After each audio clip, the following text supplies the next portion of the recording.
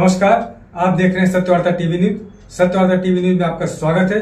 आइए नजर डालते हैं आज के मुख्य समाचारों पर। जिस तरह पूरे देश के साथ साथ महाराष्ट्र में गणेश उत्सव बड़े हर्षोल्लास के साथ मनाया गया, इसी तरह भिवंडी तालुका के वड़पे गांव में ग्राम पंचायत वड़पे के माजी सरपंच अनंता पाटिल के निवास स्थान पर हर वर्ष की तरह इस वर्ष भी 10 दिनों तक गणेश भगवान को स्थापित कर पूरा पाटिल परिवार आरती पूजा किए। तो वहीं 11वें दिन विसर्जन से पहले अनंता पाटिल के साथ साथ पूरा परिवार बप्पा की बड़े श्रद्धा भाव से आरती पूजा करके बप्पा को विदा किए। आइए देखते हैं विसर्जन से पहले किस तरह पूरा पाटिल परिवार बप्पा की आरती पूजा किए।